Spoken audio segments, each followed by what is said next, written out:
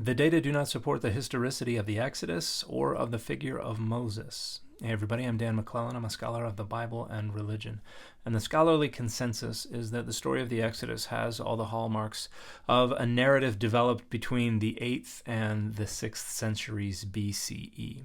And the narrative itself cannot have been composed prior to around the middle of the 9th century BCE. That's when we first see narrative prose popping up in alphabetic scripts, and it starts with monumental inscriptions and then works its way into other kinds of storytelling. Prior to that, pretty much everything in alphabetic script was transmitted through poetry, and we do have some poetry, for instance in Exodus 15, that many scholars believe may go back into the 2nd millennium BCE, but it is different from the narrative of the Exodus, and it still doesn't get within a century or two of the window of time within which some scholars think any historical Exodus could have taken place.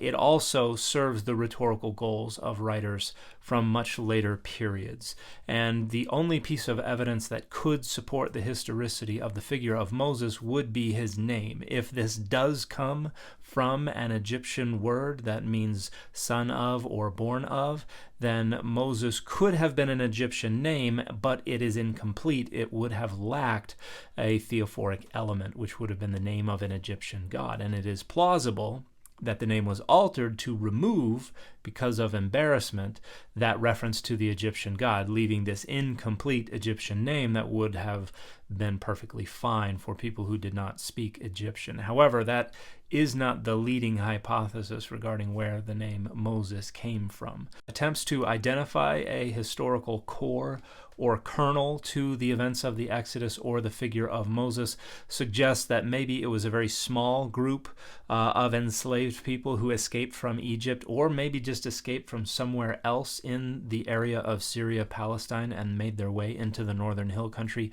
bringing this tradition with them, and over the centuries the oral tradition accreted a bunch of additional details and became what it is today. But the scholarly consensus is still that the story of the Exodus and the figure of Moses are most likely not historical.